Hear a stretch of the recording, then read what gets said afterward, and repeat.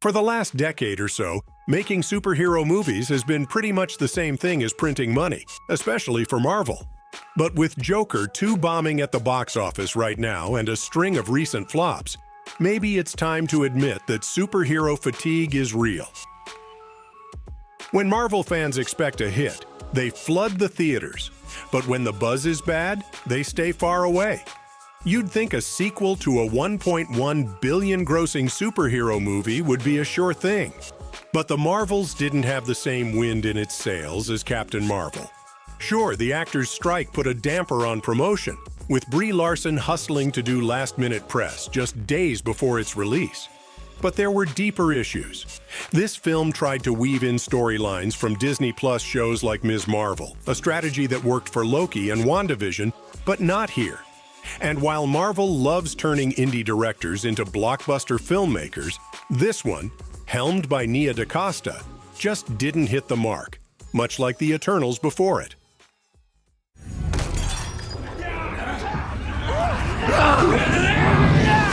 Annihilation! I don't like that name.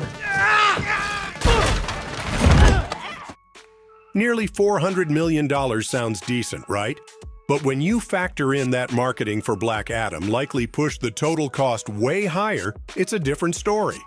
Depending on who you ask, the movie either barely broke even or left Warner Brothers with a $100 million loss. No matter how you slice it, the numbers weren't enough to guarantee the sequels promised in that post-credits scene. So, Black Adam ends up on this list as another DC movie that didn't live up to the hype, or the budget. I told you, stop killing people! They look alive to me. Because I saved them. Well, that's why I waited until you were there. I got the information I needed. No one died. I did it your way. He does have a point. I know it got lost in all the confusion, but we still have some issues to settle here. There are only heroes, and there are villains. You think yourself a hero, but you would let these criminals go free. Heroes don't kill people. Well, I do. And speaking of DC misfires, The Flash followed closely in Black Adam's footsteps. A movie based on the DC character has been in development since the 1980s.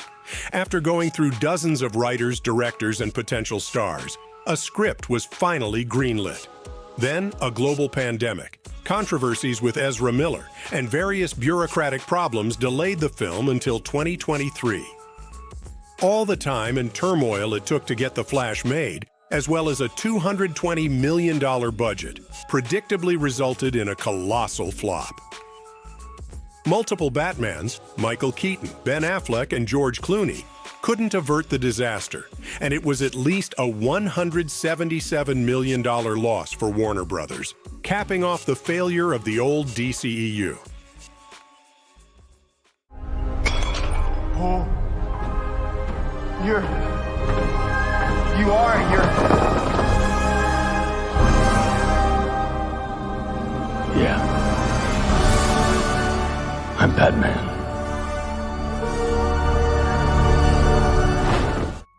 Now, let's talk about the elephant in the room, Joker 2. After its highly anticipated release, this sequel is shaping up to be a major box office disappointment. Despite being a follow-up to the billion-dollar original, Joker 2 opened with a D Cinema score and only $40 million at the domestic box office. Sure, it's doing a bit better overseas, but it's still far from breaking even. With a budget of $200 million and projections only reaching $300 to $350 million, Warner Brothers is already feeling the sting of this flop. I got the sneaking suspicion that we're not giving the people what they want. It's okay, baby. Let's give the people what they want. It's been over a decade, and Green Lantern still stands as one of the biggest superhero failures. It may be hard to believe now, but there was a time Green Lantern was among the most anticipated superhero movies ever. But now, even Ryan Reynolds pokes fun at it all the time, especially in the Deadpool movies. When your star openly mocks the film, you know it's bad.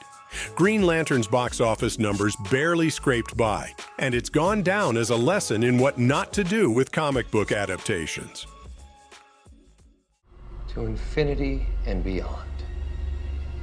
By the power of Grayskull. What the hell? Come on, if you can find me 100 miles in the middle of nowhere, you think that you can go?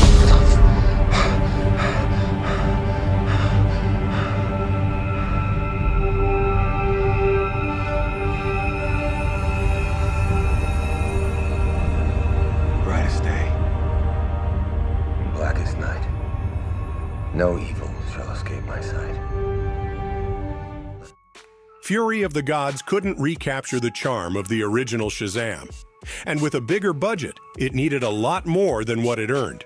Reviews were lackluster, and with the DCU in reboot mode, excitement for the sequel was almost non-existent. Releasing this movie after Black Adam bombed only sealed its fate. When your lead actor is outgrown by his own child counterpart, it's hard to get audiences to care. The promise of a body horror spin on Fantastic Four seemed intriguing at first, but fans weren't having it. From the costumes to the Dr. Doom design, everything felt off, and the grounded approach didn't win over the audience.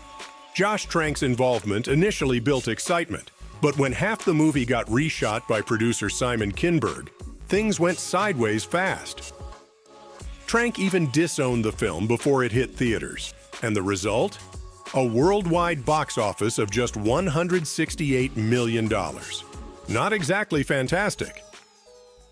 We should use these powers to do something. They're not powers. They're aggressively abnormal physical conditions that we're gonna fix. Can you All right. turn that off? And what if they can't? What if it takes more time to get it right? We could be talking years. I am not going to be a tool.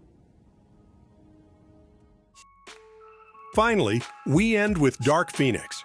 When Simon Kinberg returned to direct this movie after botching X-Men: The Last Stand, fans were understandably skeptical. The delays didn't help, and by the time the movie hit theaters, the excitement was long gone. Grossing only $252.4 million off a $200 million budget, Dark Phoenix marked the end of the X-Men franchise with a whimper. The reshoots didn't fix it, and fans were left with a final chapter no one wanted. It's over, Charles. You're finished. You're mine now.